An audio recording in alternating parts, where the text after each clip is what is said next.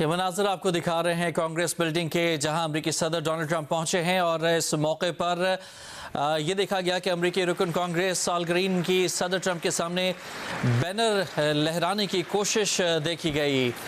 ये मनाज़र आपको इस वक्त दिखा रहे हैं जियो की स्क्रीन पर, जब अमरीकी सदर डोनाल्ड ट्रंप पहुंचे हैं कांग्रेस की इमारत में और कैबिनेट अरकान और वहां मौजूद तमाम मुतल्लिका हुकाम की जानिब से तालियां बजाकर उनका इस्तकबाल किया गया।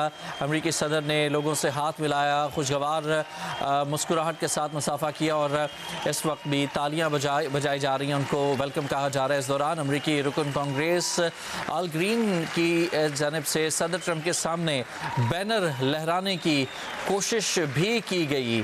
ट्रंप के अहले खाना भी कांग्रेस की बिल्डिंग में मौजूद हैं।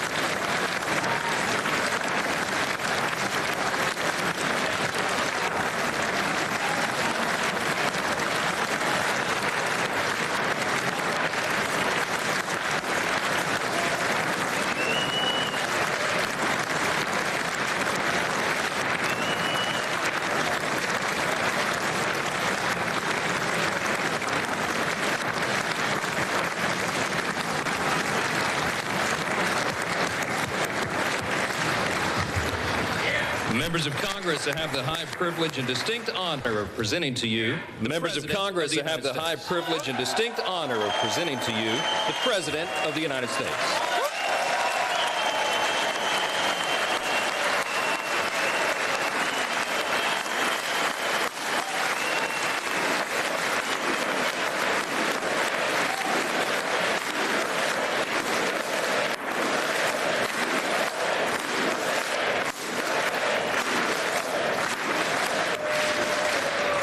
Well, thank you very much, everybody. It's really an honor. Well, thank you very much, everybody. It's really Vice President Vance, an honor. First Lady of the United States, President Vance, First Lady of the United States.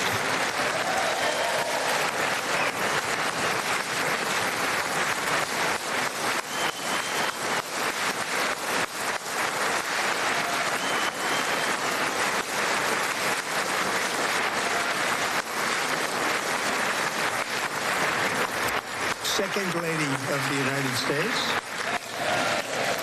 Second Lady of the United States.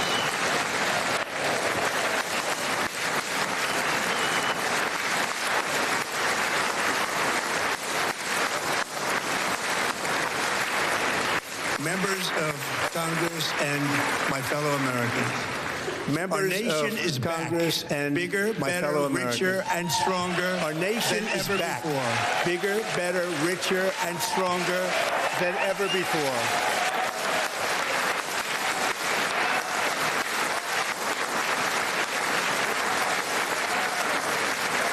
Less than 5 months from now, our country will celebrate an epic milestone in American history. Less than 5 months from now, our country will celebrate an epic milestone in American history.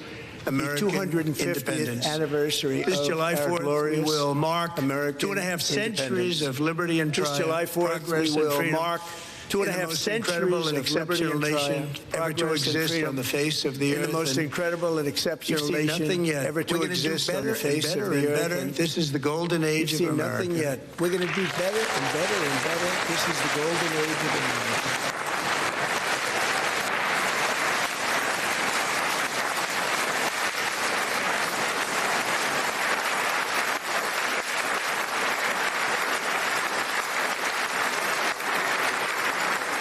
When I last spoke in this chamber 12 months ago, I had just inherited a nation in crisis with a stagnant economy, inflation at record levels, a wide-open border, horrendous recruitment for military and police, rampant crime at home, and wars and chaos all over the world. But tonight, after just 1 year, I can say with dignity and pride that we have achieved a transformation like no one has ever seen before, and a turnaround for the ages. It is indeed a turnaround for the ages.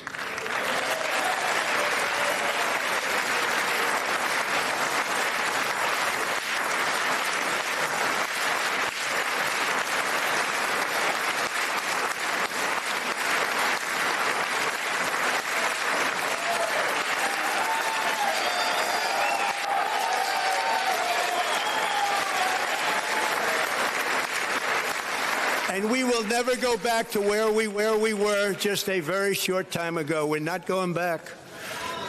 Today our border is secure.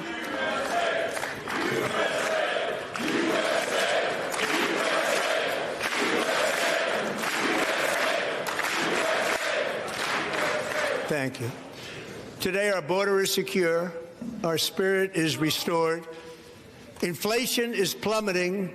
Incomes are rising fast. The roaring economy is roaring like never before. And our enemies are scared. Our military and police are stacked. And America is respected again, perhaps like never before.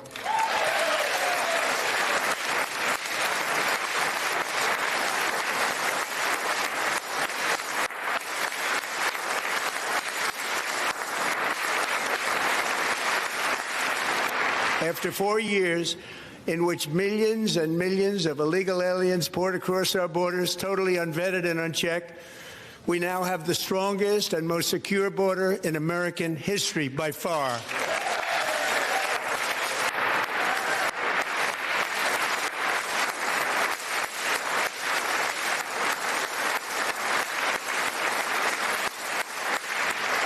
In the past 9 months, 0 illegal aliens have been admitted to the United States.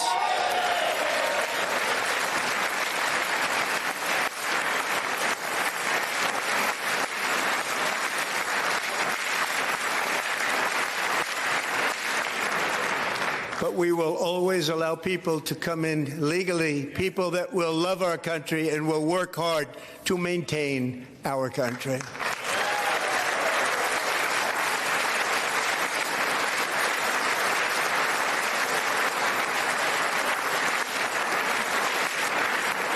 The flow of deadly fentanyl across our border is down by a record 56% in 1 year.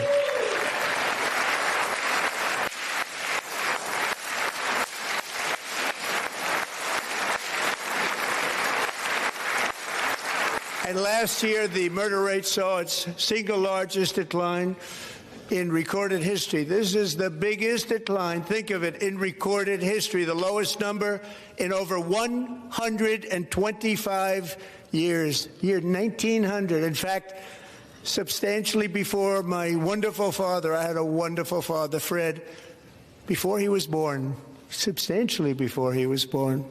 That's a long time ago. He wouldn't like me to say that, but that's a long time ago. The Biden administration and its allies in Congress gave us the worst inflation in the history of our country. But in 12 months, my administration has driven core inflation down to the lowest level in more than 5 years.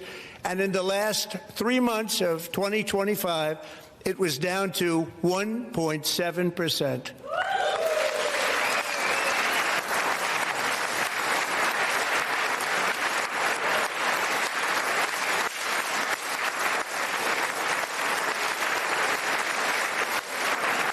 Gasoline, which reached a peak of over $6 a gallon in some states under my predecessor, it was quite honestly a disaster, is now below $2.30 a gallon in most states, and in some places $1.99 a gallon. And when I visited the great state of Iowa just a few weeks ago, I even saw $1.85 a gallon for gasoline.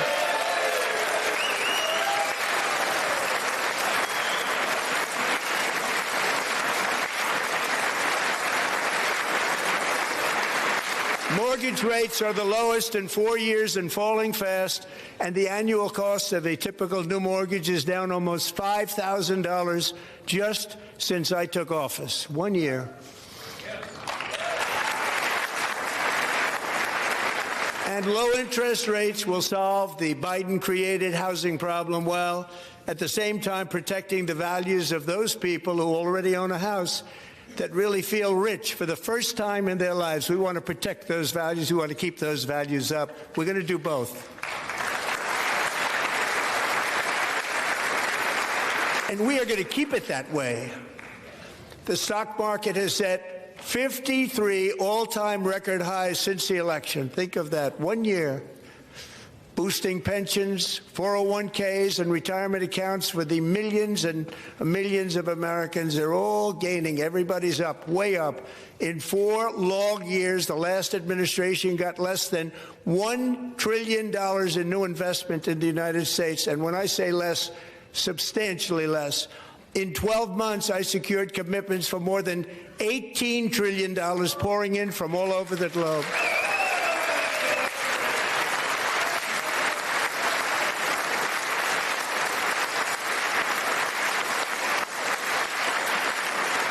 Think of it, much less than $1 trillion for 4 years versus much more than $18 trillion for 1 year. What a difference a president makes. A short time ago, we were a dead country. Now we are the hottest country anywhere in the world, the hottest.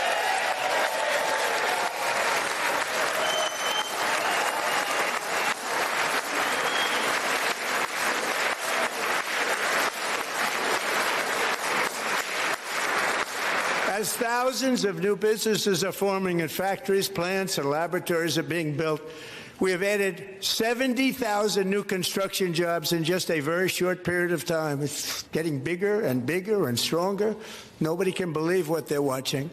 American oil production is up by more than 600,000 barrels a day, and we just received from our new friend and partner, Venezuela, more than 80 million barrels of oil.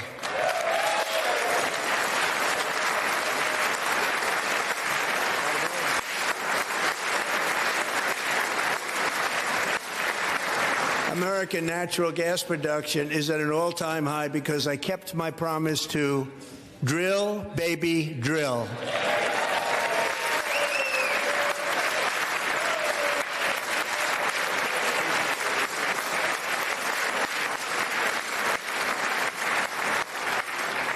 More Americans are working today than at any time in the history of our country. Think about that. Any time in the history of our country, more working today, and 100% of all jobs created under my administration have been in the private sector.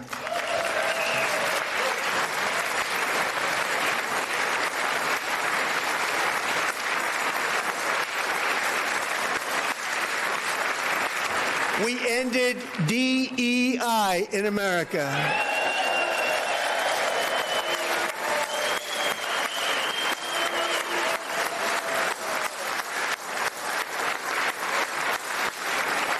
We cut a record number of job-killing regulations, and in 1 year we have lifted 2.4 million Americans, a record, off of food stamps.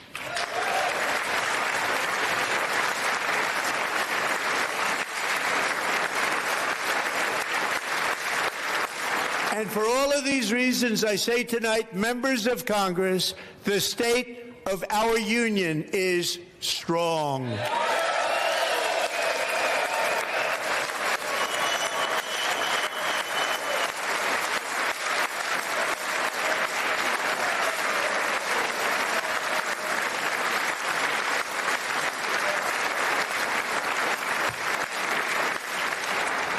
Our country is winning again. In fact, we're winning so much that we really don't know what to do about it.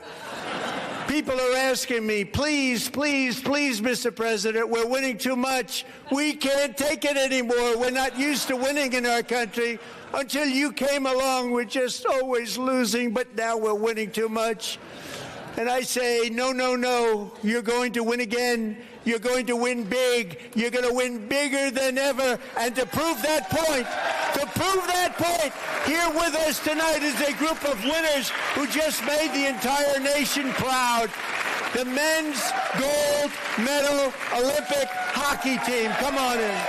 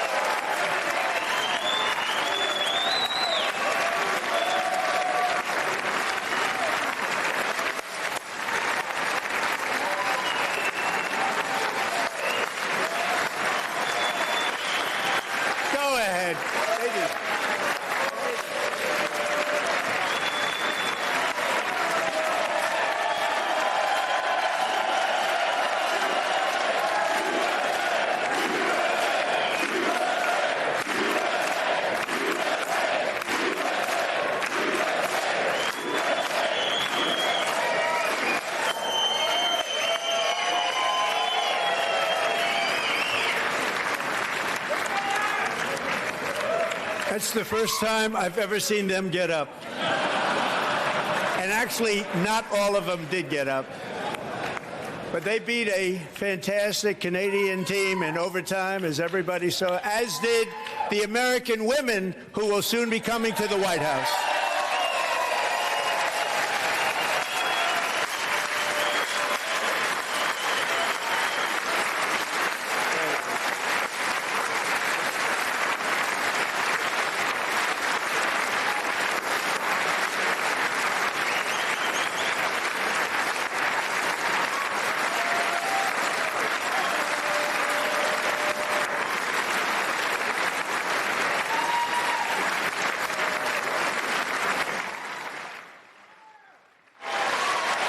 Before, and I just want to say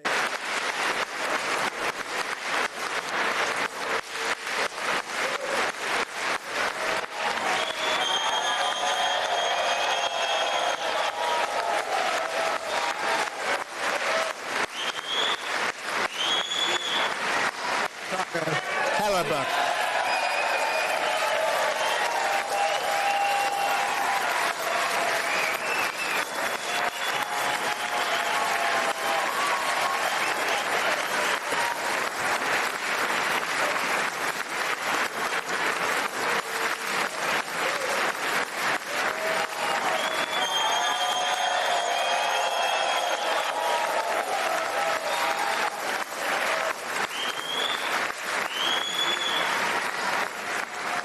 Think of it, 46 shots on goal, and I asked him, the one shot, the one where you put your stick in the back and it hit the neck of your stick and bounced off, do you practice that, or was that a little lucky?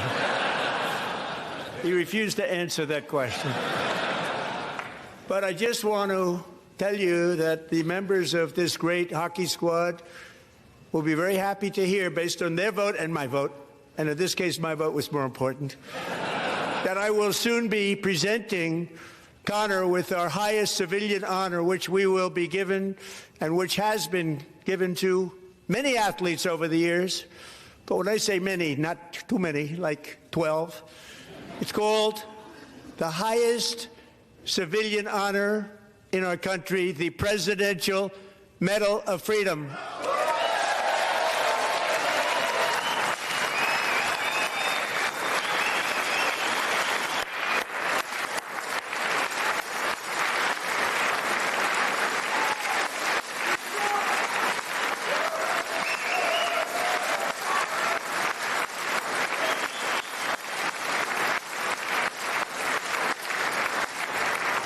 great athletes have gotten that, very great, the best. And I thought he deserved it. And I did take a vote, every single one of them. I said, I'm not giving it if anybody goes no. And every single one of them rapidly put up their hand. So I want to thank you. What a special job you did. What special champions you are. Thank you very much.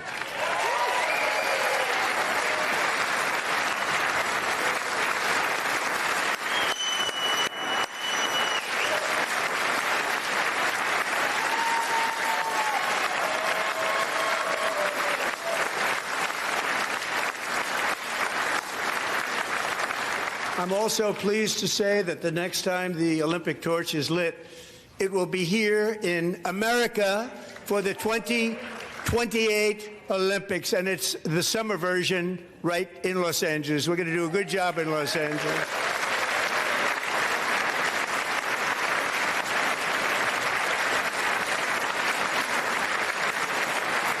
And this year, and I must say I got them both. I got them in my first term. And I was disappointed because I didn't think I'd be the president when this happened. But strange things took place. And now I've got them because I got the Olympics and I got the 2026 FIFA World Cup. And I wanted to claim the 250th, but I didn't get away with that one. I couldn't claim that one for myself. But we're getting the World Cup. So we have the World Cup and the Olympics coming. And that is exciting news.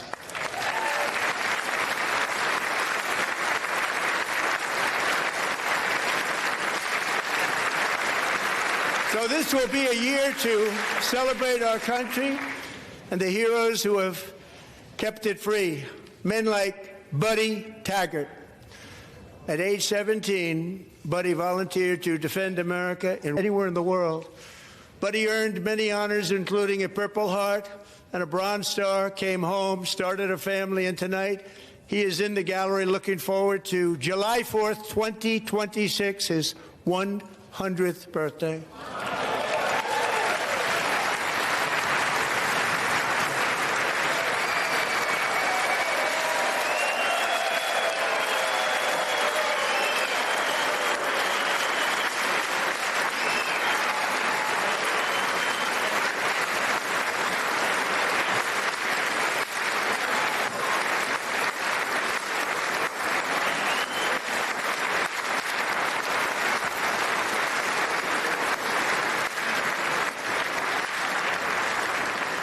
So, Buddy, you're a brave man, and we salute you.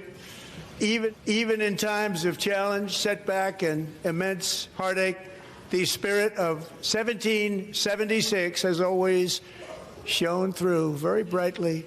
It was July 4th of last year when floodwaters tore through a girls' summer camp in Central Texas, one of the worst things I've ever seen. I was there, rising 26 feet in the matter of minutes, tragically claiming many, many lives. You all remember that one. As the waters threatened to sweep her away, 11-year-old Millie Kate McClelland closed her eyes and prayed to God. She thought she was going to die. Those prayers were answered when Coast Guard rescue swimmer Scott Ruskin descended from a helicopter above. Nobody knew where he came from. It was Scott's first ever rescue mission, a young guy, but very brave, very, very top, always top in his class. And he lifted not just Millie Kate, but 164 others to safety.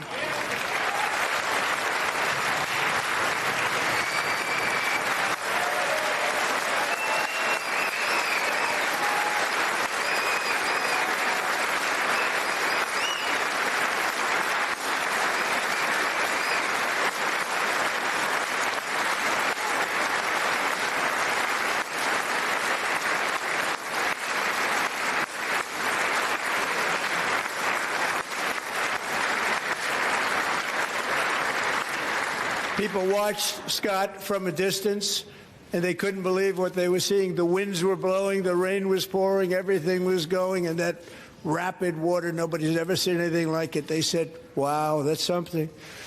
Tonight, Scott and Millie Kate are here together, reunited for the very first time. Thank you, Scott, Millie Kate.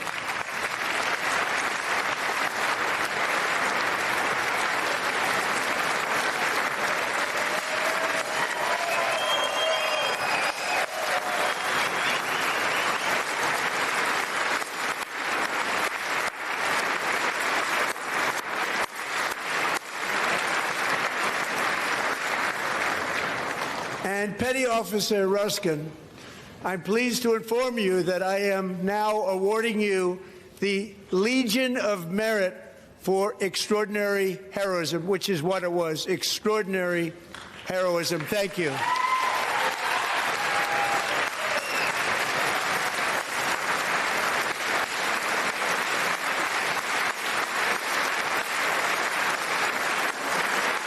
And I'd like to have the military aide to please come down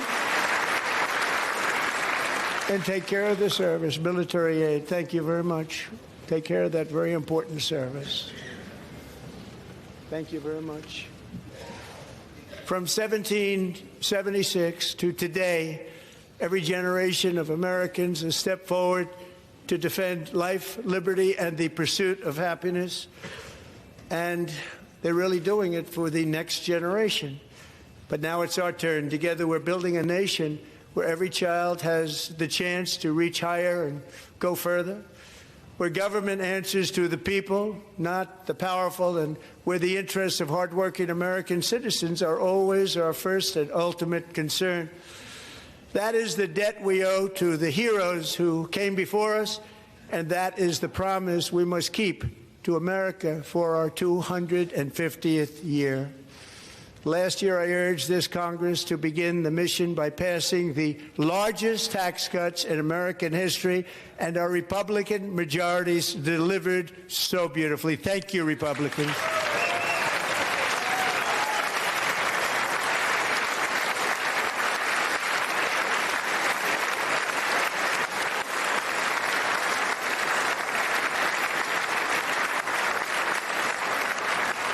Democrats, every single one of them, voted against these really important and very necessary massive tax cuts.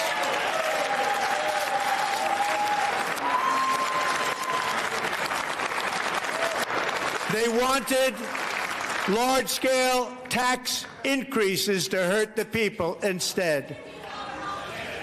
But we held strong, and with the great, big, beautiful bill, we gave you no tax on tips, no tax on overtime, and no tax on Social Security for our great seniors.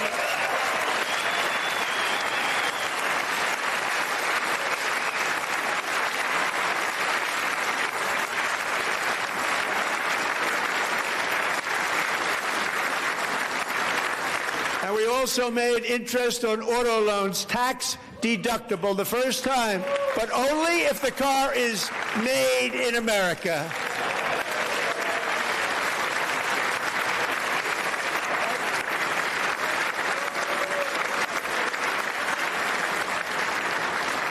Recently in Pennsylvania, I met Megan Hemhauser, a devoted mom who's homeschools her children, beautiful, 2 children, during the day while waiting tables at night as her husband works overtime operating very heavy equipment. Megan is here this evening, and she's happy to tell you that she is so much richer because with no tax on tips, no tax on overtime, and her expanded child tax credit done again by Republicans, Megan and her husband will take home more than $5,000 extra just for the year, cutting her tax bill in more than half.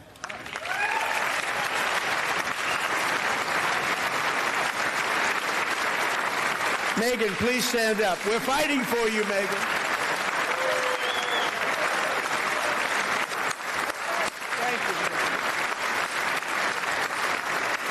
Thank you, Megan. We're fighting for you, Megan. Under our bill, parents like Megan can also activate their children's brand new Trump accounts. And I didn't name it. I did not name that.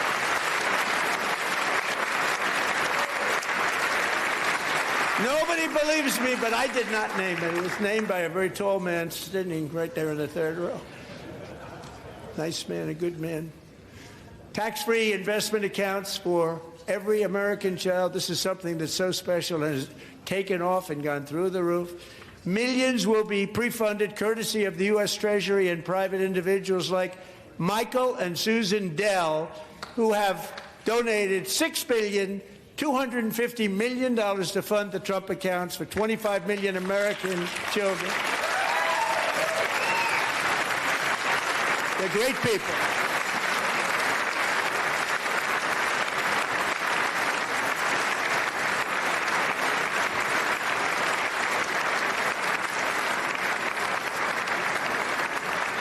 When I asked Michael Dell, how do you make all that money? He said, well, I just sat on my dorm in school, and I made computers, and I'd sell them to people.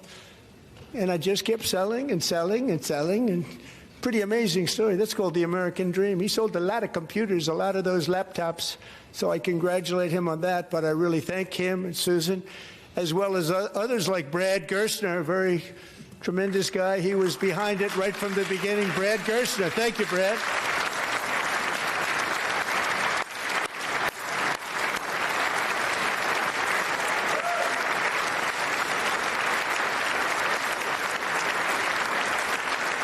So with modest additional contributions, these young people's accounts could grow to over $100,000 or more by the time they turn 18. Think of it. How much money is that for somebody that started with nothing?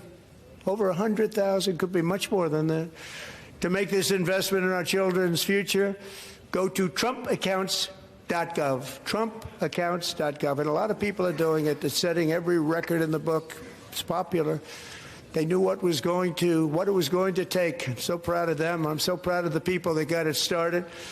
And now it's just taken off. One of the primary reasons for our country's stunning economic turnaround, the biggest in history, where the Dow Jones broke 50,000 4 years ahead of schedule, and the S&P hit 7,000, where it wasn't supposed to do it for many years, were tariffs.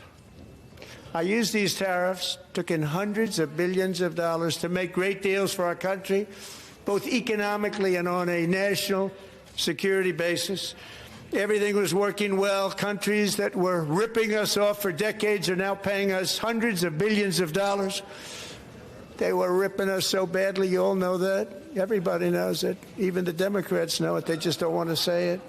And yet these countries are now happy, and so are we. We made deals. The deals are all done. And they're happy. They're not making money like they used to, but we're making a lot of money. There was no inflation, tremendous growth, and the big story was how Donald Trump called the economy correctly, and 22 Nobel Prize winners in economics didn't. They got it totally wrong. They got it really wrong. And then just 4 days ago, an unfortunate ruling from the United States Supreme Court. It just came down. It came down. Very unfortunate ruling. But the good news is that almost all countries and corporations want to keep the deal that they already made, right, Scott?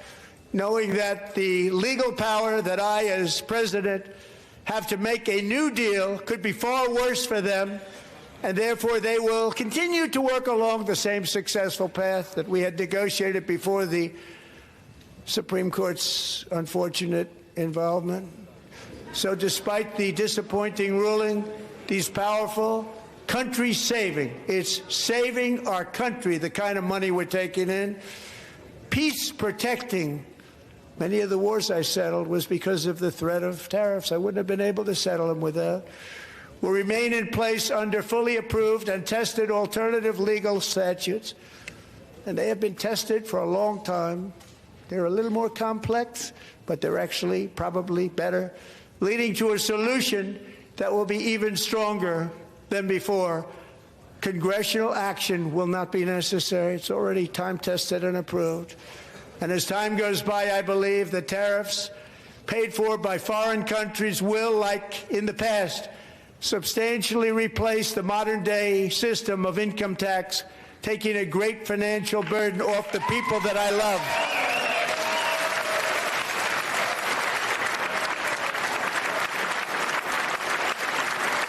Right?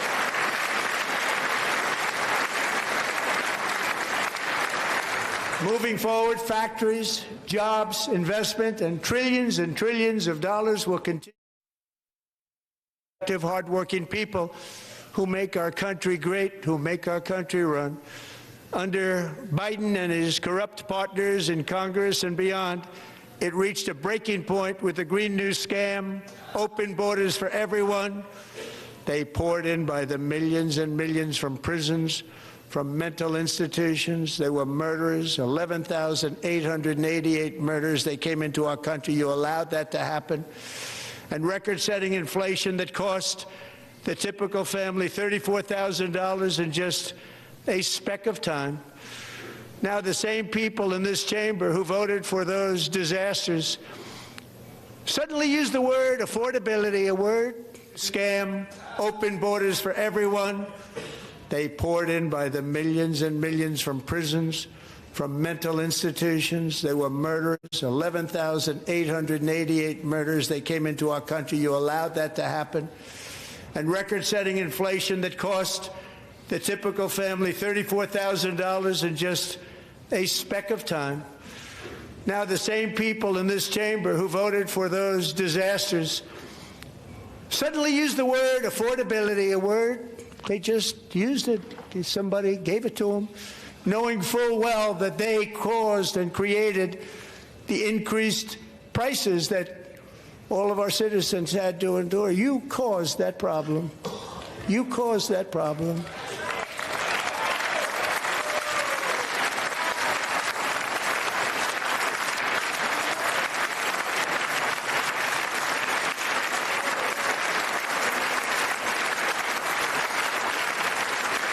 They knew their statements were a lie. They knew it. They knew their statements were a dirty, rotten lie.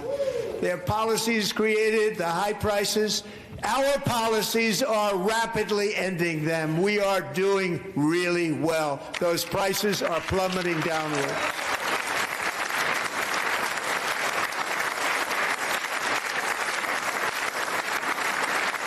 The price of eggs is down 60%. Madam Secretary, thank you.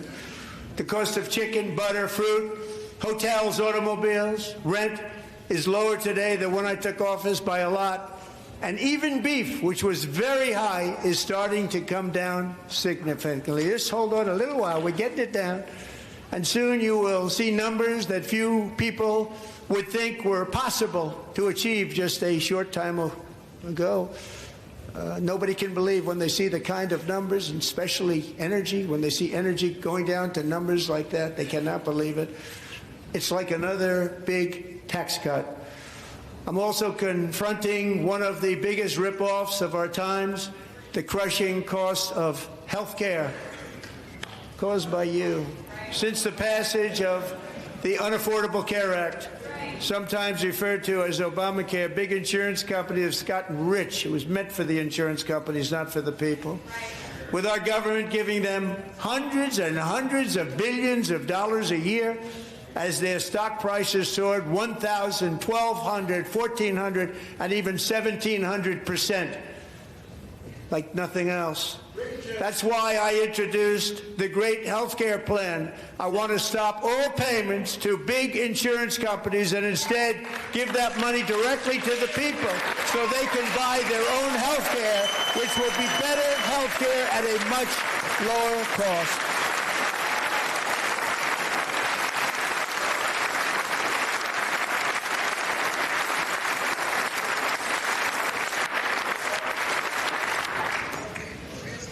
In addition, my plan requires maximum price transparency. That's a big deal.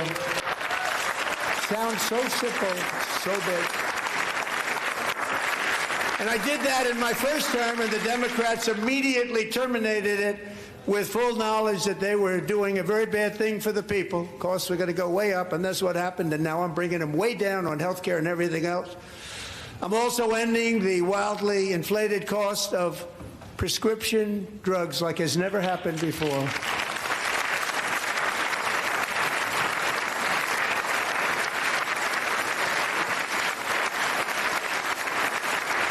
Other presidents tried to do it, but they never could. They tried. Most didn't try, actually.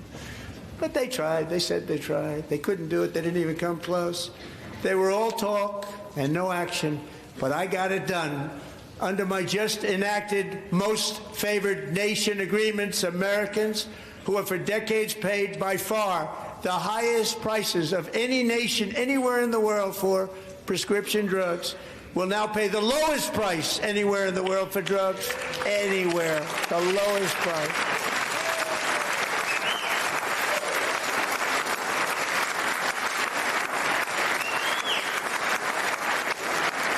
So in my first year of the second term, should be my third term, but strange things happen. I took prescription drugs, a very big part of health care, from the highest price in the entire world to the lowest. That's a big achievement.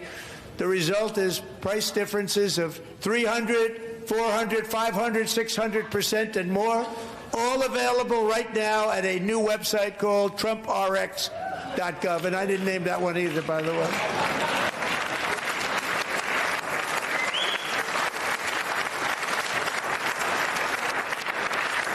And here tonight is the very first customer ever to get that big discount, and it is big, Catherine Rayner.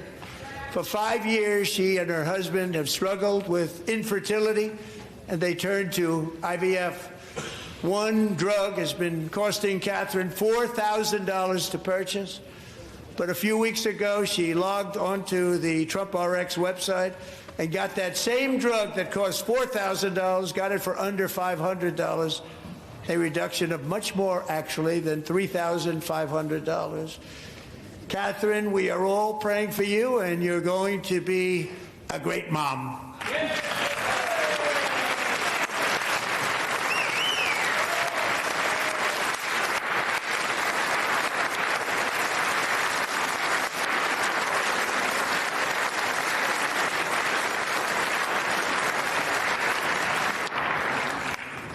So now I'm calling on Congress to codify my most favored nation program into law. Now, the one thing, I'm not sure it matters, because it's going to be very hard for somebody that comes along after me to say, let's raise drug prices by 700 or 800%.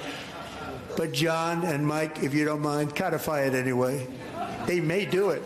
Codify it anyway. Thank you. Many Americans are also concerned that energy demand from AI data centers could unfairly drive up their electric utility bills.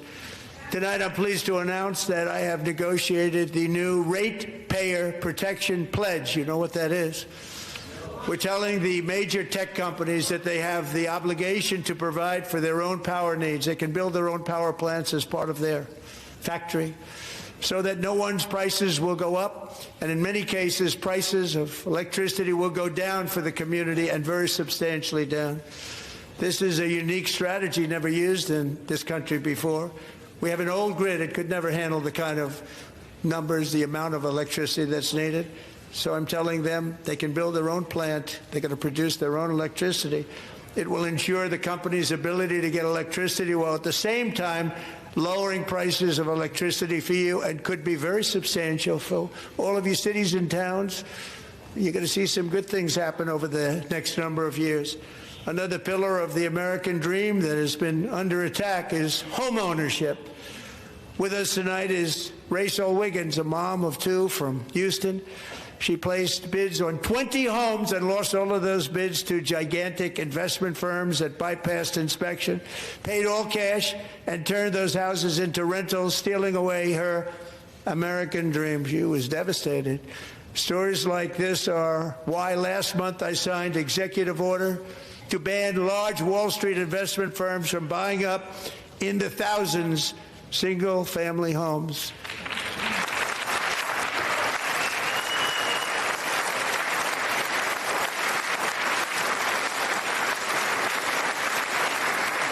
And now I'm asking Congress to make that ban permanent, because homes for people, really, that's what we want. We want homes for people, not for corporations. Corporations are doing just fine. Rachel, thank you very much. Good luck with your home. You'll get one soon.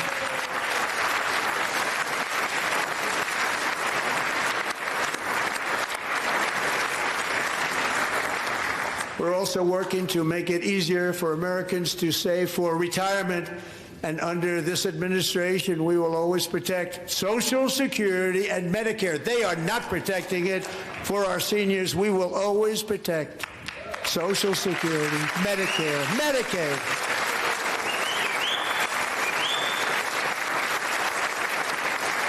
Since I took office, the typical 401k balance is up by at least $30,000. That's a lot of money. We have millions and millions of people, because the stock market has done so well, setting all those records. Your 401ks are way up. Yet half of all of working Americans still do not have access to a retirement plan with matching contributions from an employer. To remedy this gross disparity, I'm announcing that next year my administration will give these often-forgotten American workers, great people, the people that built our country, access to the same type of retirement plan offered to every federal worker. We will match your contribution with up to $1,000 each year, as we ensure that all Americans can profit from a rising stock market. Let's also ensure that members of Congress cannot corruptly profit from using insider information.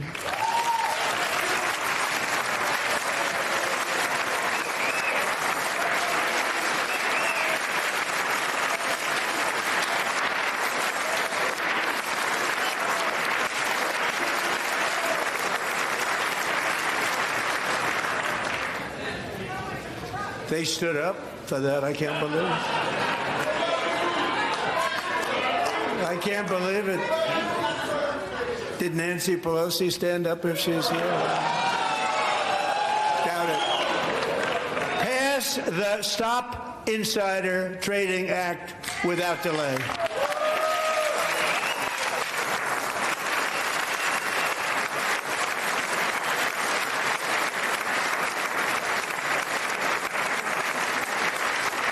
I wasn't sure if anybody, even on this side, was going to applaud for that. I'm very impressed. Thank you. I'm very impressed.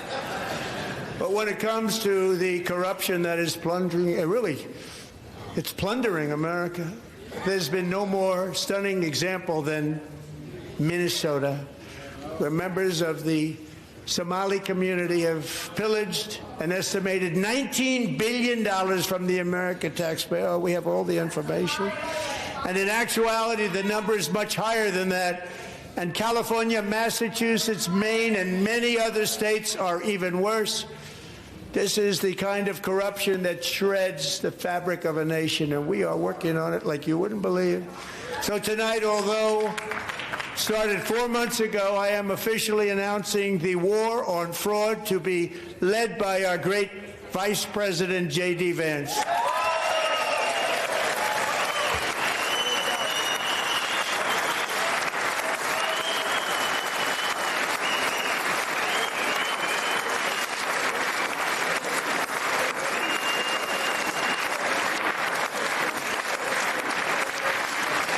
Get it done.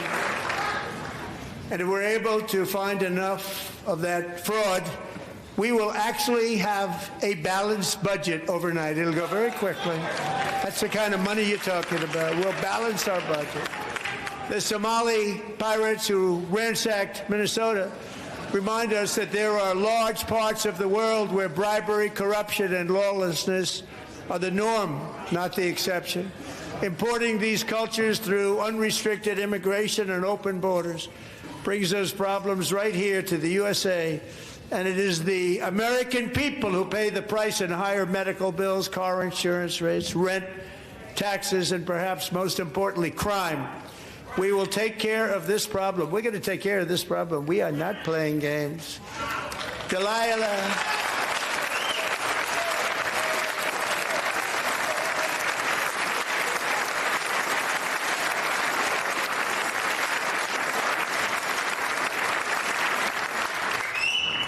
Delilah Colvin was only 5 years old in June 2024 when a 18-wheel tractor trailer plowed into her stopped car traveling at 60 miles an hour or more.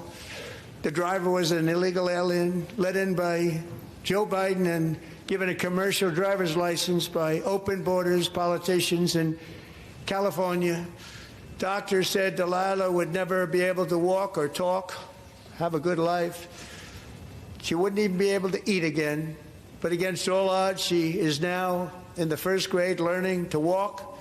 And she's here this evening with her dad, Marcus, a fantastic man. Delilah, please, you are a great inspiration. Please stand up.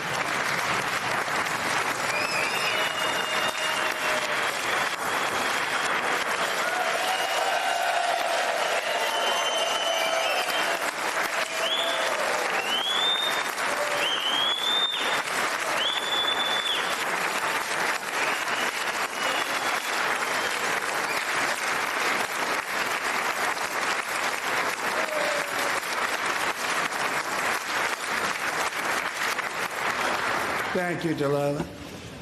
Many, if not most, illegal aliens do not speak English and cannot read even the most basic road signs as to direction, speed, danger, or location. That's why tonight I'm calling on Congress to pass what we will call the Delilah Law, barring any state from granting commercial driver's licenses to illegal aliens.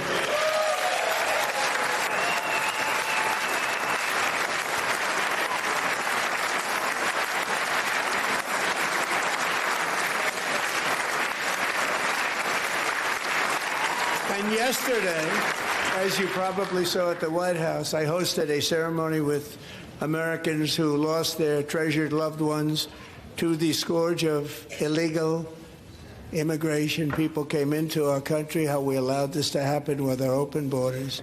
These are the angel moms and families that for decades our government betrayed and our media totally ignored. It was terrible. Hard to believe, actually. In 2023, a 16-year-old high school cheerleader named Elizabeth Medina was supposed to perform in her town's Christmas parade, but she never arrived. Her mother, Jacqueline, went home to look for her, and she found her lying dead in a bathtub, bleeding profusely after being stabbed 25 times.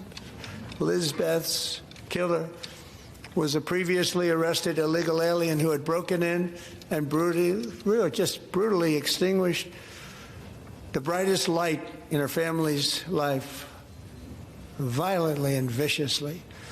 Her heartbroken mother is in the gallery to remind everyone in this chamber exactly why we are deporting illegal alien criminals to our country at record numbers, and we're getting them the hell out of here fast. We don't want them.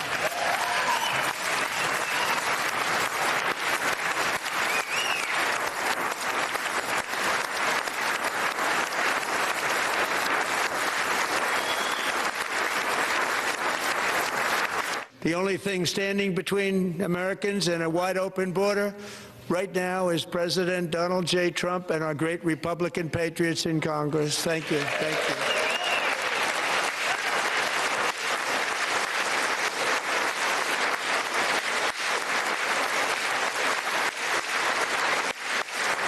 As we speak, Democrats in this chamber have cut off all funding for the Department of Homeland Security. It's all cut off. It's all cut off. They have instituted another Democrat shutdown, the first one costing us 2 points on GDP. 2 points we lost on GDP, which probably made them quite happy, actually. Now they have closed the agency responsible for protecting Americans from terrorists and murderers. Tonight I'm demanding the full and immediate restoration of all funding for the border security, homeland security of the United States, and also for helping people clean up their snow. We have no money because of the Democrats, and it would be nice, we'd love to give you a hand at cleaning it up, but you gave no money. Nobody's getting paid. It's a shame. So you have to think about it. We have, in case you didn't know, a pretty large snowstorm out there. One of the great things about the State of the Union is how it gives Americans the chance to see clearly what their representatives really believe. So tonight I'm inviting every legislator to join with my administration in reaffirming a fundamental principle. No money because of the Democrats, and it would be nice, we'd love to give you a hand at cleaning it up, but you gave no money. Nobody's getting paid. It's a shame. So you have to think about it. We have, in case you didn't know, a pretty large snowstorm out there. One of the great things about the State of the Union is how it gives Americans the chance to see clearly what their representatives really believe. So tonight I'm inviting every legislator to join with my administration in reaffirming a fundamental principle. If you agree with this statement, then stand up and show your support. The first duty of the American government is to protect American citizens, not illegal aliens.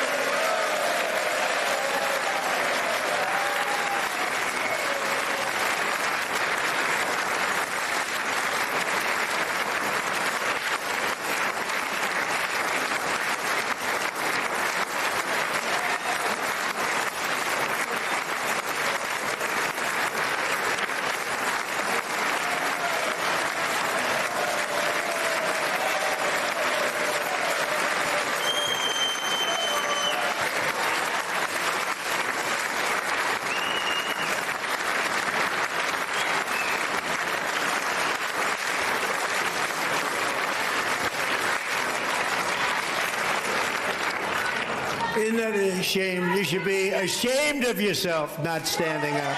You should be ashamed of yourself.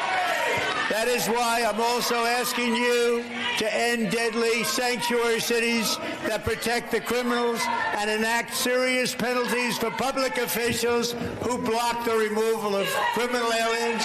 In many cases, drug lords, murderers all over our country, they're blocking the removal of these people out of our country, and you should be ashamed of yourself.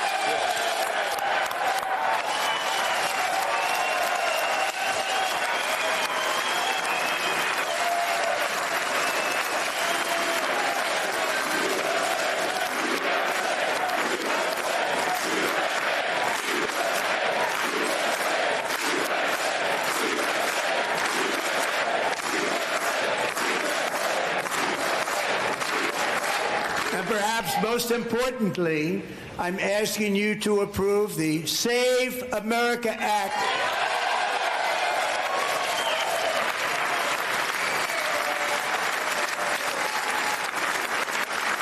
To stop illegal aliens and others who are unpermitted persons from voting in our sacred American elections. That cheating is rampant in our elections. It's rampant. It's very simple. All voters must show voter ID.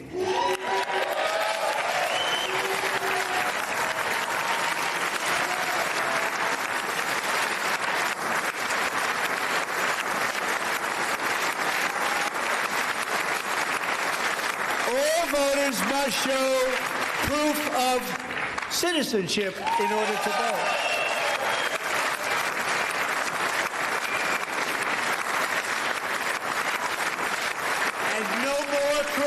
Mail-in ballots except for illness, disability, military, or travel. None. And this should be an easy one. And by the way, it's polling at 89%, including Democrats. 89%.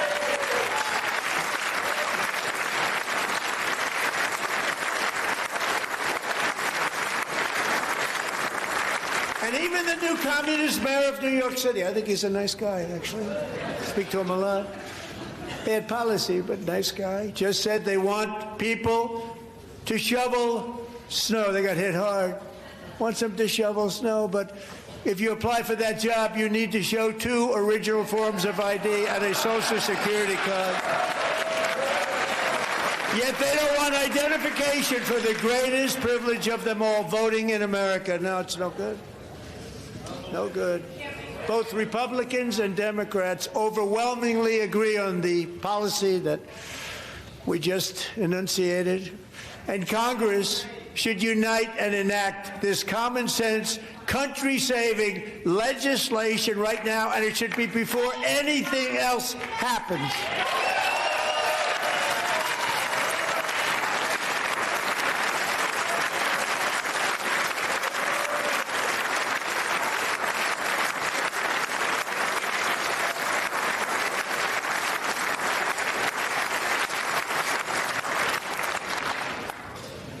And the reason they don't want to do it, why would anybody not want voter ID? One reason, because they want to cheat. There's only one reason.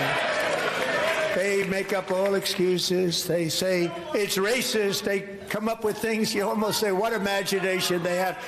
They want to cheat. They have cheated. And their policy is so bad that the only way they can get elected is to cheat. And we're going to stop it. We have to stop it, John.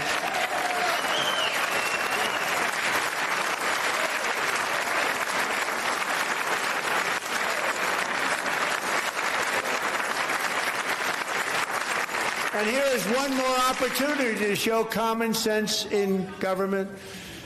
In the gallery tonight are Sage Blair and her mother, Michelle. In 2021, Sage was 14 when school officials in Virginia sought to socially transition her to a new gender, treating her as a boy and hiding it from her parents. Hard to believe, isn't it? Before long, a confused Sage ran away from home after she was found in a horrific situation in Maryland.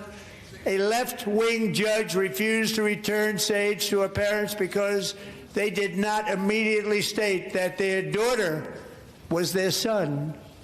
Sage was thrown into an all-boys state home and suffered terribly for a long time.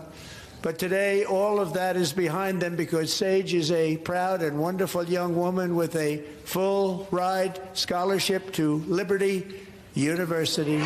Sage and Michelle, please stand up.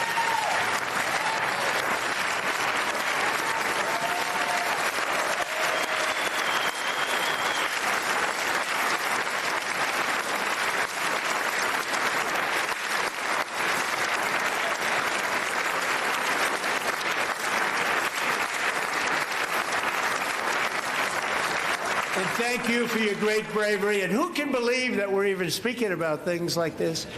15 years ago, if somebody was up here and said that, they'd say, what's wrong with him? But now we have to say it because it's going on all over numerous states without even telling the parents. But surely we can all agree no state can be allowed to rip children from their parents' arms and transition them to a new gender against the parents' will. Who would believe that we're even talking about this? We must ban it, and we must ban it immediately.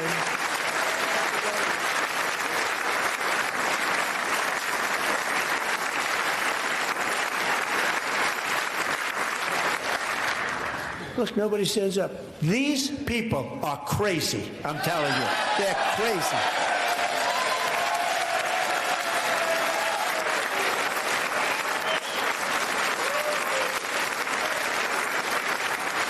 Amazing. Boy, oh boy. We're lucky we have a country. With people like this, Democrats are destroying our country, but we've stopped it just in the nick of time, didn't we?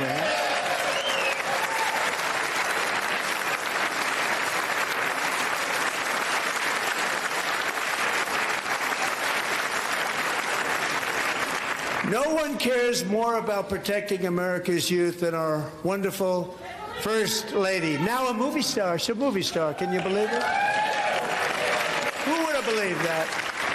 Over the past year, she has had an incredible impact championing AI legislation, advancing a landmark executive order on foster care, and helping secure $30 million to launch the Melania Trump Foster Youth.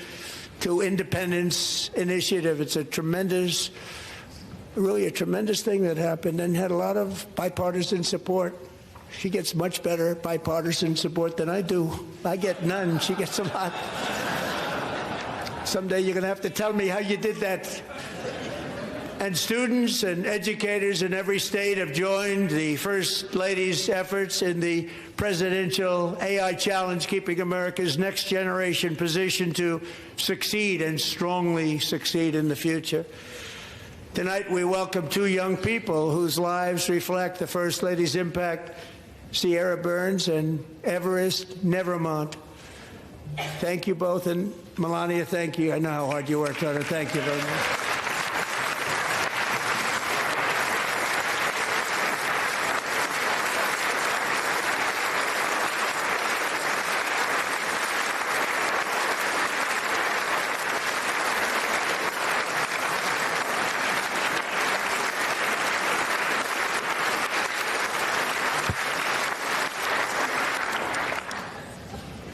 I'm very proud to say that during my time in office, both the first 4 years and in particular this last year, there has been a tremendous renewal in religion, faith, Christianity, and belief in God.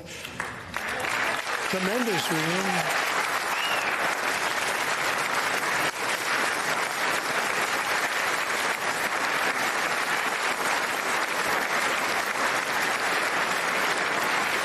This is especially true among young people, and a big part of that had to do with my great friend, Charlie Kirk, a great guy, great man.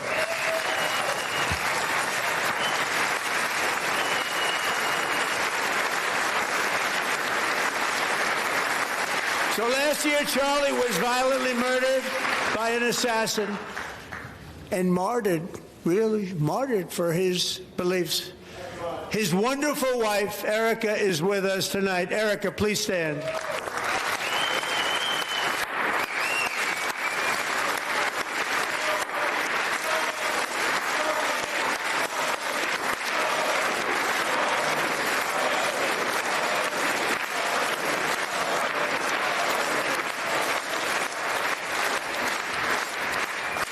Thank you, Erica.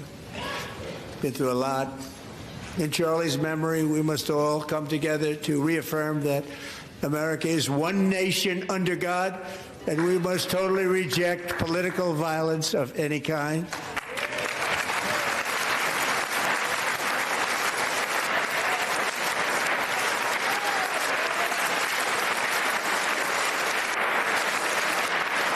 We love religion, and we love bringing it back.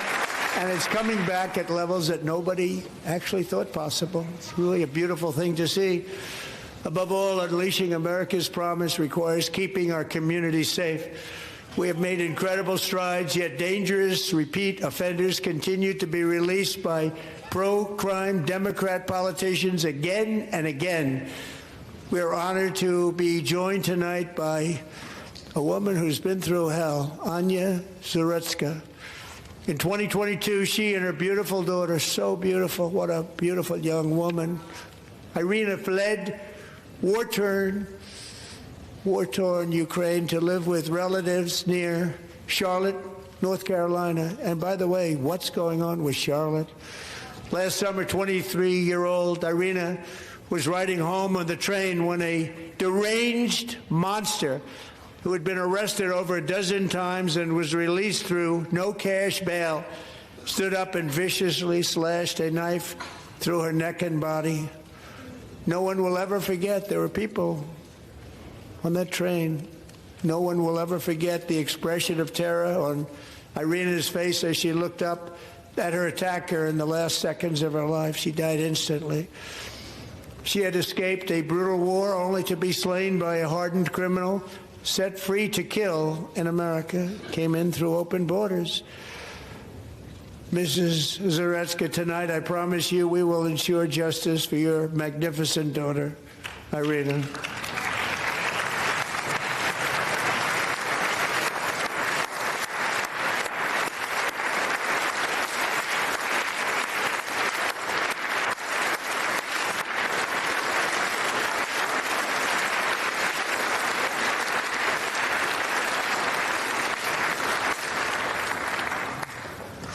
How do you not stand? How do you not stand? I'm asking this Congress to pass tough legislation to ensure that violent and dangerous repeat offenders are put behind bars, and importantly, that they stay there.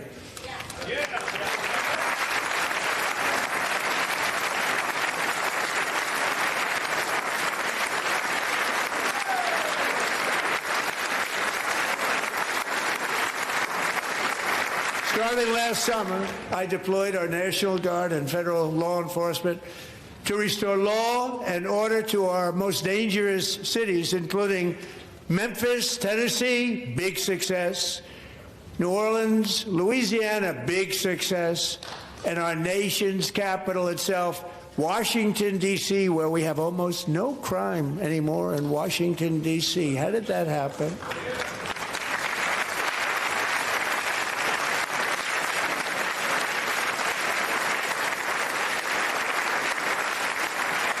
In fact, crime was 20-year-old West Virginia Army National Guard Specialist Sarah Beckstrom.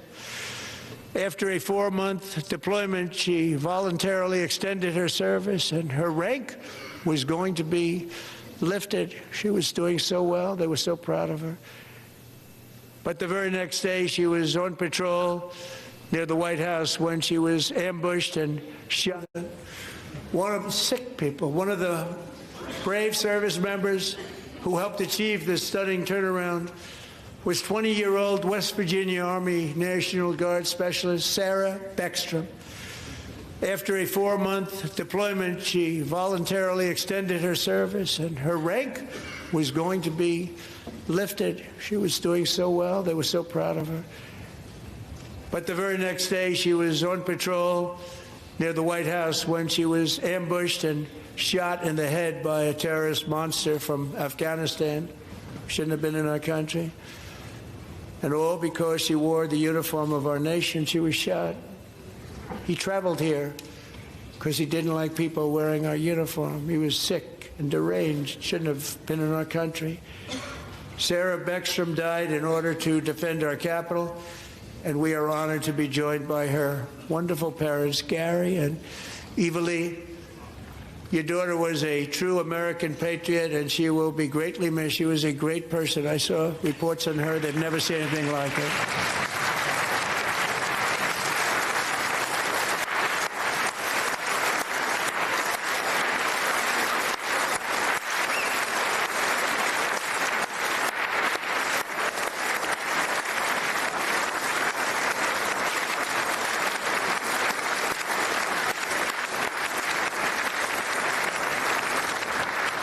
So sorry. Thank you very much.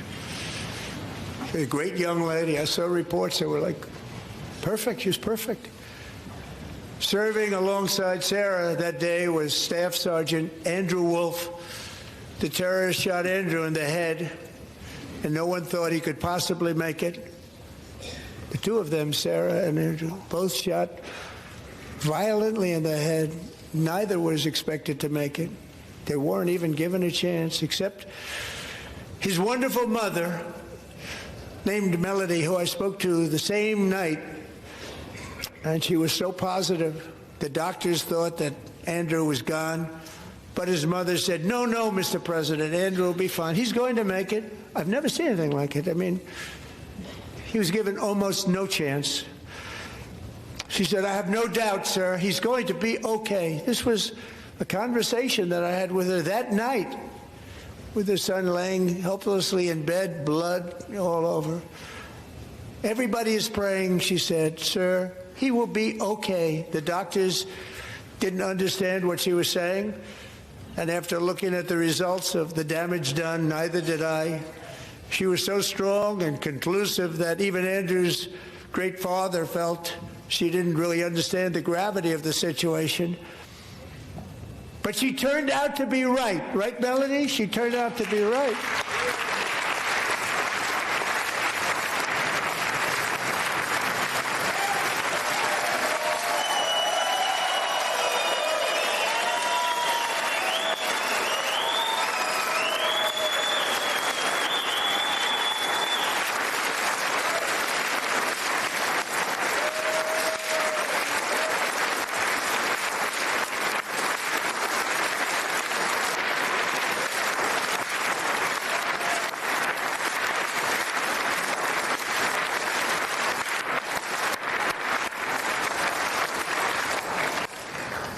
Amazing, actually. I said, where does this woman come from? She's the most positive person I've ever met. With God's help, Andrew has battled back from the edge of death, and we're talking about the edge of death, on his way to a miraculous recovery. He's got a little work to do, but he's doing great. Nice to see you. He's a good-looking guy. Nice to see you. Thanks, Andrew. Thank you very much.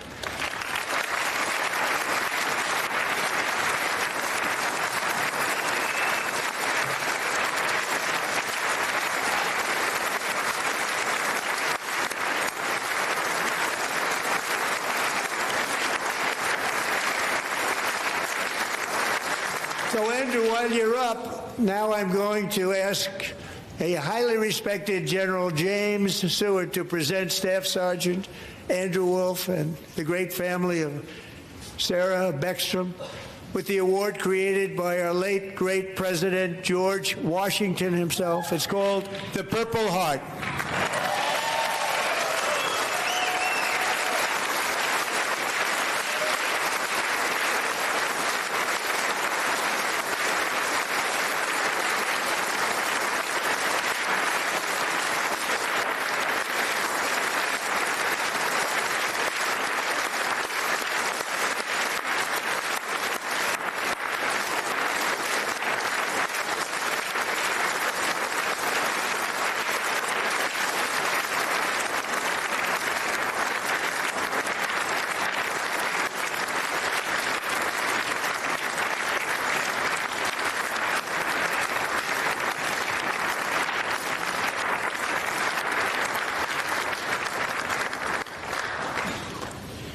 We love you all.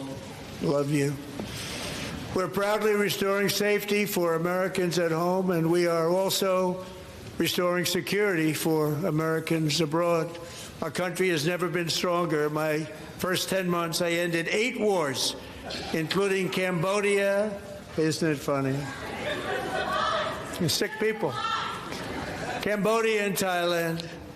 Pakistan and India would have been a nuclear war. 35 million people, said the Prime Minister of Pakistan, would have died if it were not for my involvement. Kosovo and Serbia, Israel and Iran, Egypt and Ethiopia, Armenia and Azerbaijan, the Congo and Rwanda, and of course the war in Gaza, which proceeds at a very low level. It's just about there.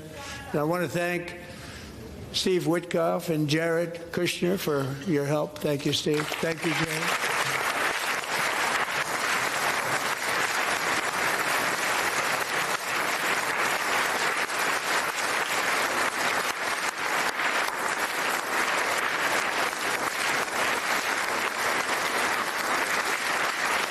And I also want to thank the man they report to, Secretary of State Marco Rubio. Thank you, Marco.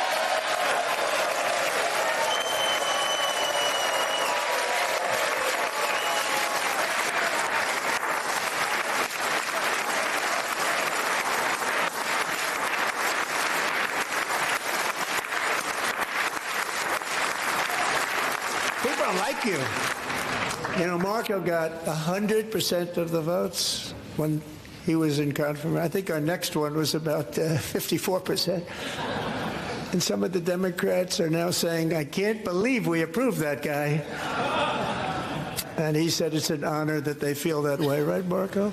You have done a great job, great Secretary of State. I think he'll go down as the best ever.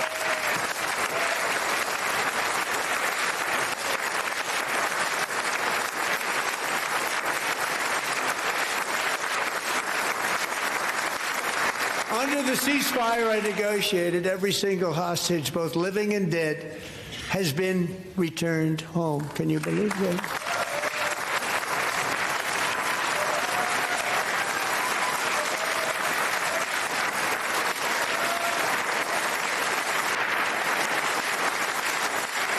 Nobody thought it was possible. Nobody thought that was possible. Both living and dead. And those parents who had a dead son, their boy, they'd always tell me their boy, they wanted him as much as though he were living. It was an amazing period of time. And they came back, and when we got all of the living hostages back, and many, many before them, but I always said those last 20 are going to be very tough, but we got many, many more, hundreds. But I said those last 20 are going to be tough. We got them back, but we only got back 14 or 15 of the dead of the 28. And believe it or not, Hamas worked along with Israel, and they dug and they dug and they dug. It's a tough thing to do, going through bodies all over, passing up 100 bodies sometimes for each one that they found. Tough job. And they finally got it back to 27. And then Steve and Jared, they got it back to 28. They found all 28. Nobody thought that was possible, but we did it. And I remember the family of the 28th. They were so grieved, but they were so happy as it's possible to be. They had their boy back. The mother said, "Sir, we have our boy back." What a period of time that was, but we got them all back. So thank you both very much. Great job.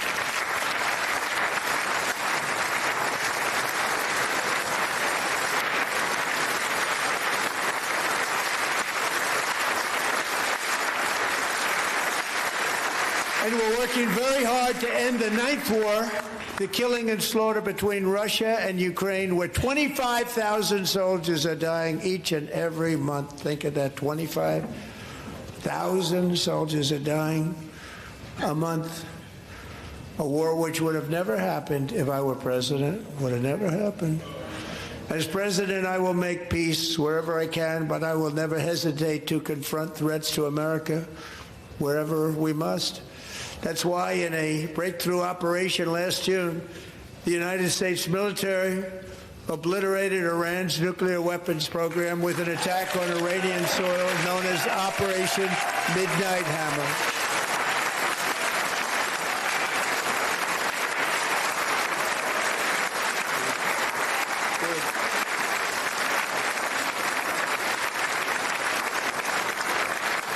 For decades, it had been the policy of the United States never to allow Iran to obtain a nuclear weapon. Many decades. Since they seized control of that proud nation 47 years ago, the regime and its murderous proxies have spread nothing but terrorism and death and hate. They've killed and maimed thousands of American service members and hundreds of thousands and even millions of people with what's called roadside bombs. They were the kings of the roadside bomb. And we took out Soleimani. I did that during my first term. Had a huge impact.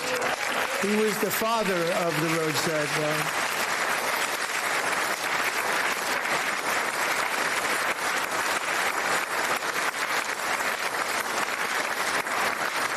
And just over the last couple of months with the protests, they've killed at least, it looks like, 32,000 protesters. 32,000 protesters in their own country. They shot them and hung them. We stopped them from hanging a lot of them with the threat of serious violence. But this is some terrible people.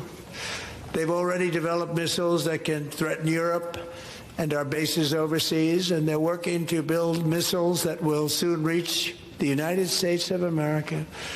After Midnight Hammer, they were warned to make no future attempts to rebuild their weapons program, and in particular, nuclear weapons. Yet they continue to starting it all over. We wiped it out, and they want to start all over again, and are at this moment again pursuing their sinister ambitions. We are in negotiations with them. They want to make a deal, but we haven't heard those secret words. We will never have a nuclear weapon.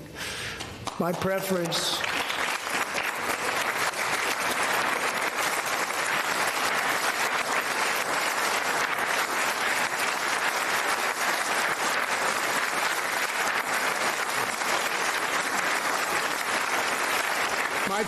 is to solve this problem through diplomacy. But one thing is certain, I will never allow the world's #1 sponsor of terror, which they are by far, to have a nuclear weapon. Can't let that happen.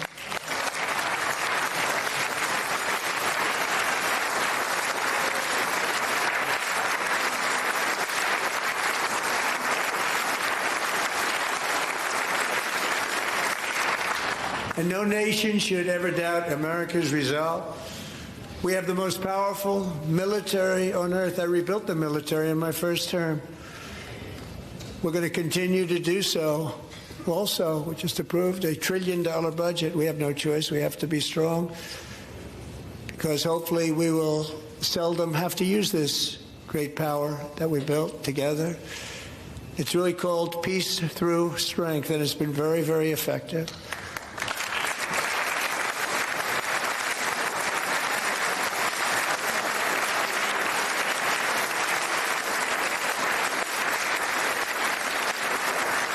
So thanks to Republicans in Congress, we're investing that record number of dollars, have no choice, in the United States Armed Forces.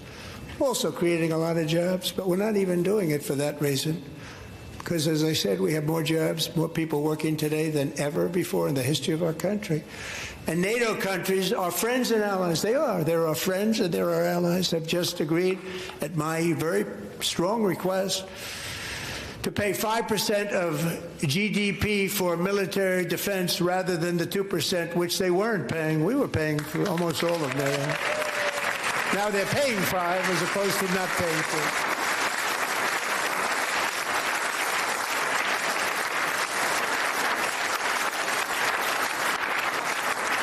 4. And getting that 5% was something which everyone said would never be done, could not happen. We got it really easily with one meeting. And big difference between 2% that's not paid. We were paying the freight of many of them. Very few were paid up. Now 5%, then they're paid. And everything we send over to Ukraine is sent through NATO, and they pay us in full. They pay us totally in full. Every branch of our armed forces is setting records for recruitment. This is so exciting. And every service member recently...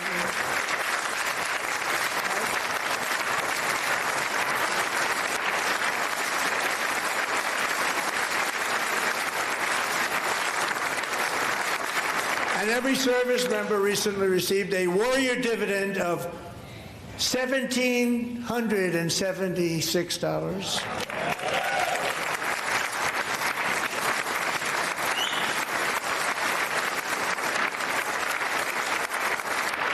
You know, they put it on my desk. We got the money from tariffs and other things, a lot of money we have. We have much more money than people understand. Have to rebuild that program a little bit, but it won't take long. But we got the money, and it was $1,775, and they wanted my approval. And I said, what's the number? $1,775. I said, wait a minute, for $1 more we can have $1,776. It's going to... I said, we're going to figure that. I never asked anybody if we could afford it. $1 more. I said, $1,776. And I said, that's good. And I'll tell you what, our military, that was 4 months ago, our military, I never see a person in the military that doesn't thank me for it, so we're honored to do it. They deserve it. And we call it 1776. It was great. And we love our military. We love our law enforcement. We love our firemen. You know, the firemen don't get mentioned enough. We love our firemen. We're also...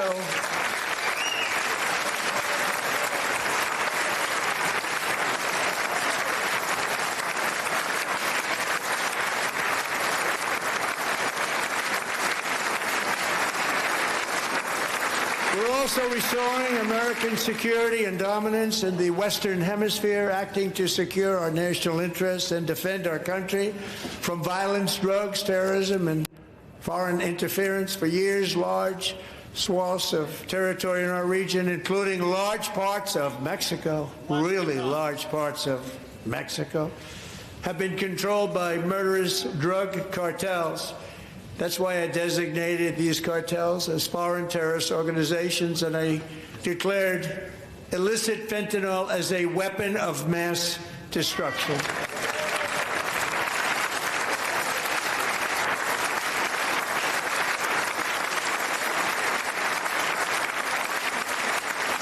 And with our new military campaign, we have stopped record amounts of drugs coming into our country and virtually stopped it completely coming in by water or sea. You probably noticed that. We very seriously damaged their fishing industry also. Nobody wants to go fishing anymore. We've also taken down one of the most sinister cartel kingpins of all. You saw that yesterday. In January,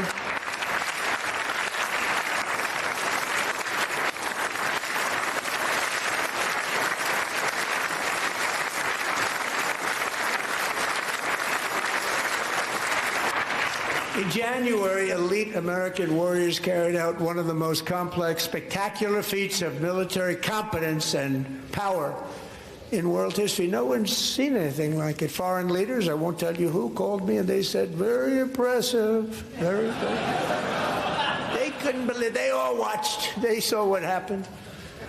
This is a different fighting force that we had years ago when we fought to tie. You know, it's a great fighting force. I'm so proud of it. Look at Space Force. Space Force is my baby, because we did that. My baby is becoming so important.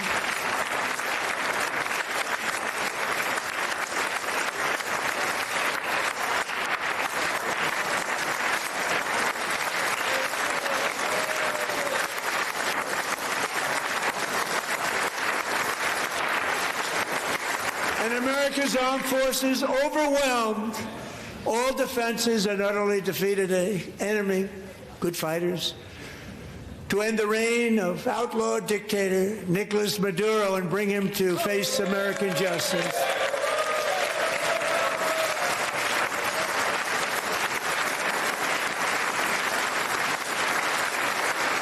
And this was an absolutely colossal victory for the security of the United States, and it also opens up a bright new beginning for the people of Venezuela.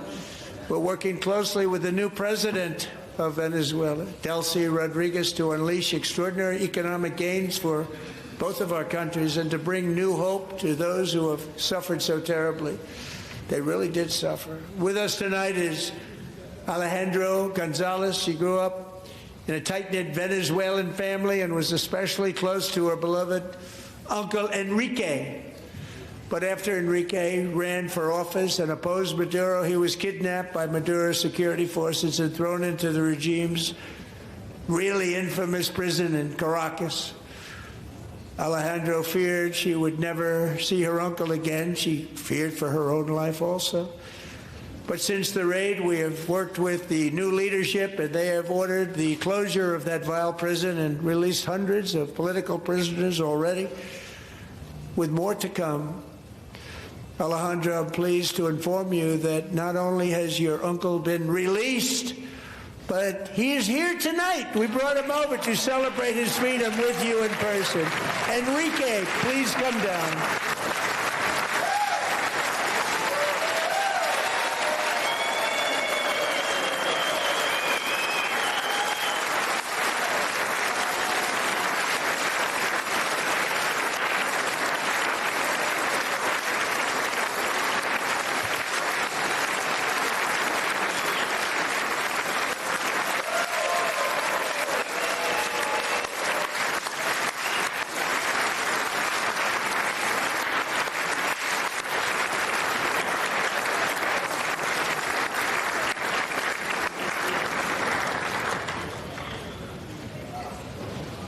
Thank you, Enrique. Have a good time. Nice to have you back, Enrique. There were many heroes on that January raid to capture Maduro. Really great heroes. It was very dangerous. They knew we were coming. They were all set. But the deeds of one warrior that night will live forever in the eternal chronicles of military valor. Chief Warrant Officer 5, Eric Slover, planned the mission and was the flight lead in the cockpit of the first helicopter, a big, beautiful, powerful helicopter. It was a massive Chinook carrying, as you can imagine, many, many American warfighters. Wearing the dog tags, his wife Amy had blessed with holy water before he left. She knew it was going to be a rough one. Eric steered the Chinook under the cover of night and descended swiftly upon Maduro's heavily protected military fortress. This was a major military installation. protected by thousands of soldiers and guarded by Russian and Chinese military technology. How did that work out? Not too good. While preparing to land, enemy machine guns fired from every angle, and Eric was hit very badly in the leg and hip, one bullet after another. He absorbed 4 agonizing shots, shredding his leg into numerous pieces. And yet, despite the fact that the use of his legs was vital to successful helicopter flight, legs are the most important part of flying a helicopter, to deliver the many commandos who would capture and detain Maduro was the only thing Eric was thinking about. Then, even as he was gushing blood, which was flowing back down the aisle, helicopter lands at a steep angle.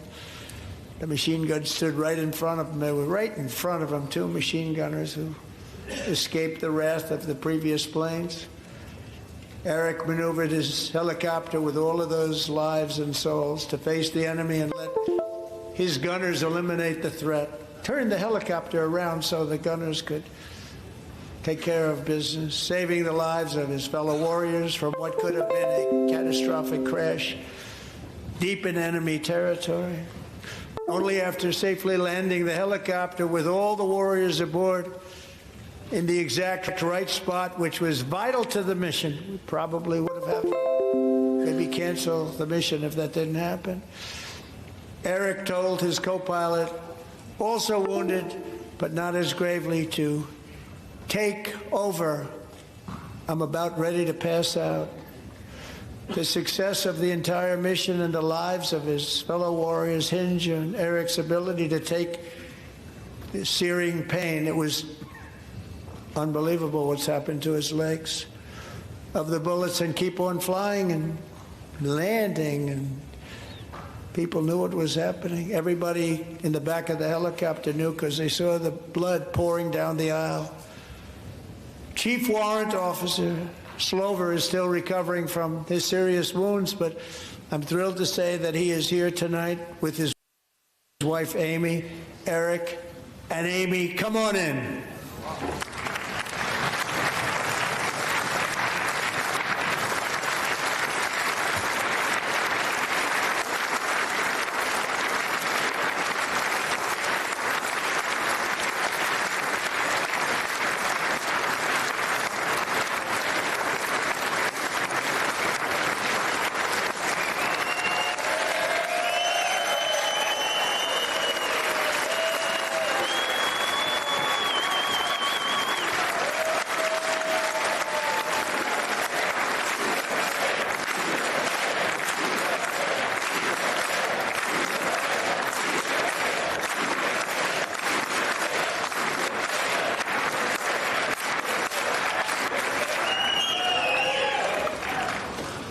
So we have a surprise for Eric and Amy.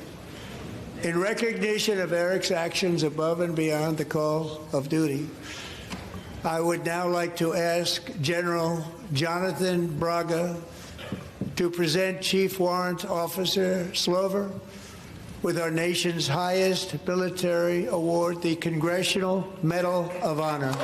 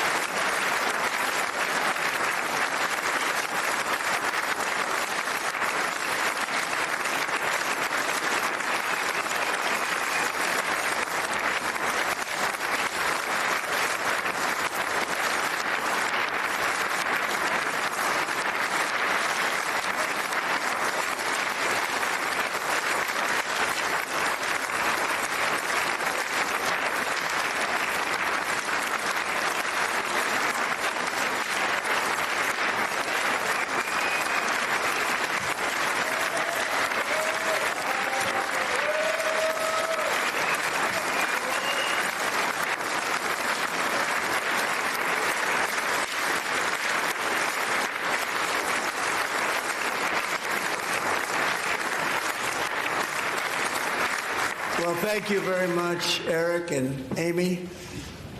Great to get to know you. I met with them and with a lot of their fellow warriors at Fort Bragg recently. You notice the name Fort Bragg. We have it back. We brought it back. We won the First World War with it, the Second World War with it, and then they decided to change the name. So we changed it back. Everybody wanted to change back, too. And 10 of Eric's fellow warriors from that incredible night of victory will also be receiving medals at a private ceremony that will soon be held at the White House. And Eric will be there.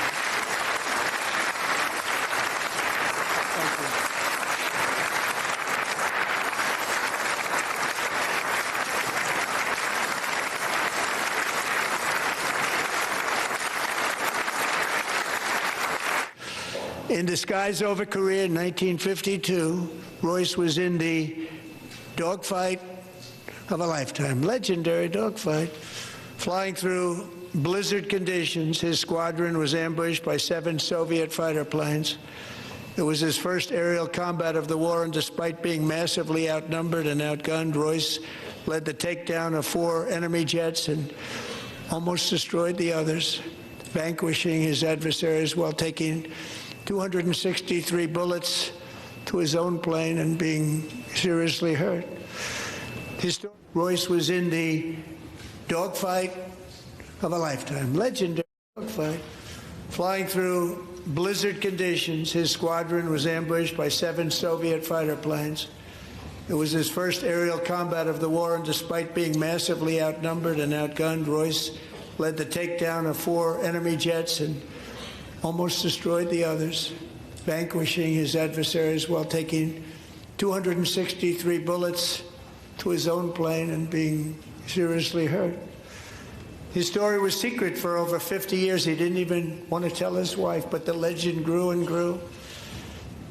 But tonight, at 100 years old, this brave Navy captain is finally getting the recognition he deserves. He was a legend long before this evening. Royce, please stand up, and I will ask the First Lady of the United States to present Captain Royce Williams with his Congressional Medal of Honor.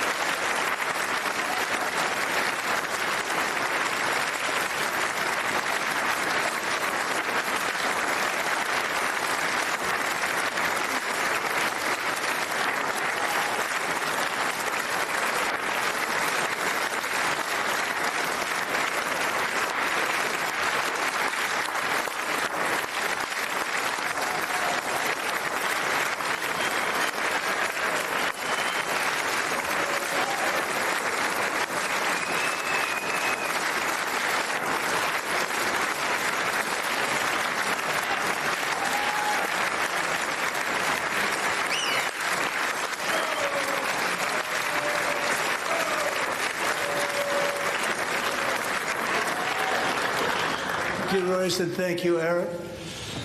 I've always wanted the Congressional Medal of Honor, but I was informed I'm not allowed to give it to myself, and I wouldn't know why I'd be taking it, but if they ever open up that law, I will be there with you someday. But, you know, that's our highest honor, Congressional Medal of Honor, and that's a big thing, and it's an honor to be in the same room with you. Thank you both very much, Eric. Thank you.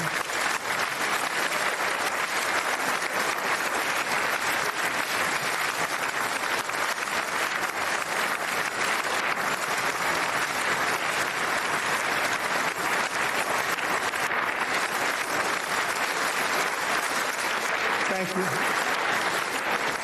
250 years is a long time in the life of a nation, but in another sense, it's really a mere moment in the eye of history.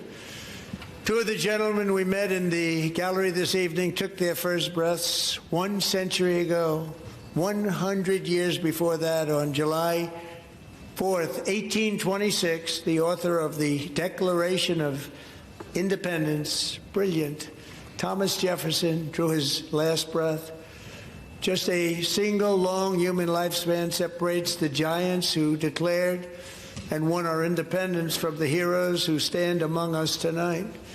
Everything our nation has done, everything we have achieved, has been the work of those few great lifetimes. In those brief chapters, Americans built this nation from 13 humble colonies into the pinnacle of human civilization and human freedom, the strongest, wealthiest, most powerful, most successful nation in all of history. Americans ventured out across the daunting and dangerous continent. We carved paths through an unforgiving wilderness, settled a boundless frontier, and tamed the beautiful but very, very dangerous Wild West. From empty marshes and wide open plains, we raised up the world's greatest cities. Together we mastered the world's mightiest industries and shattered history's monstrous tyrannies. And we liberated millions from the chains of fascism, communism, oppression, and terror.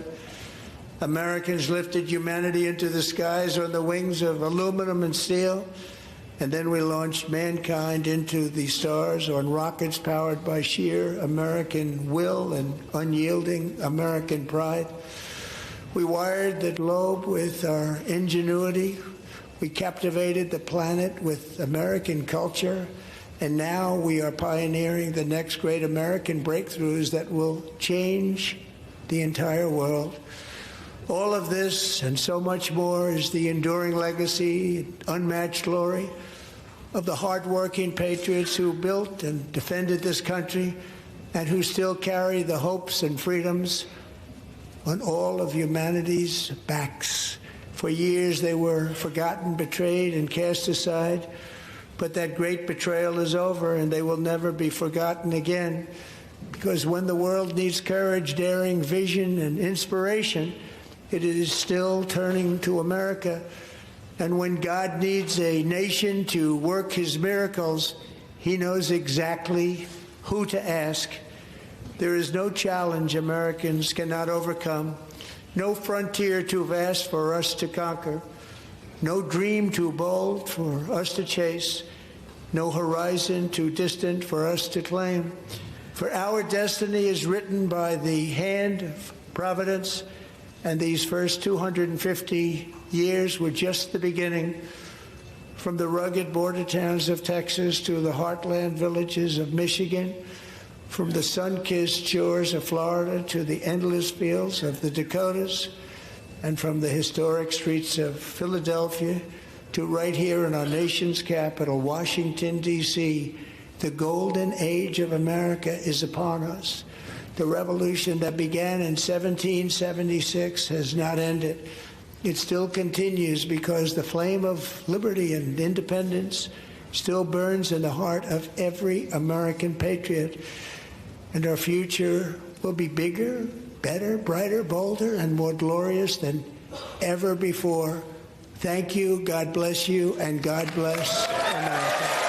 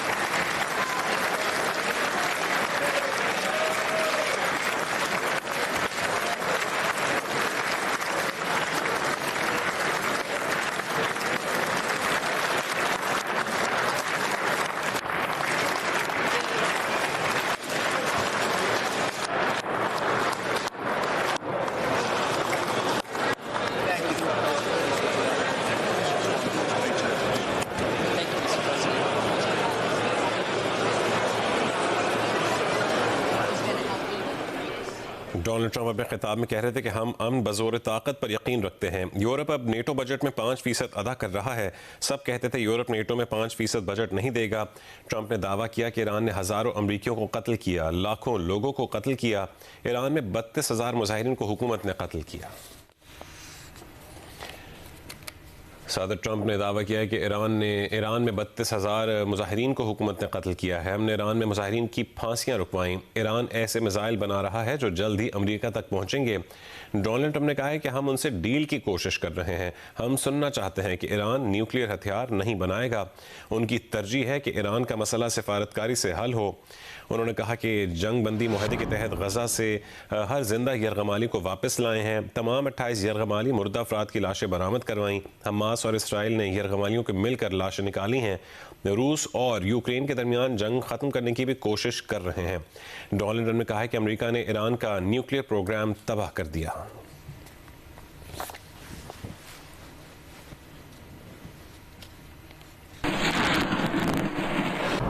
और अब जियो headlines. जियो headline news के लिए ताउन किया है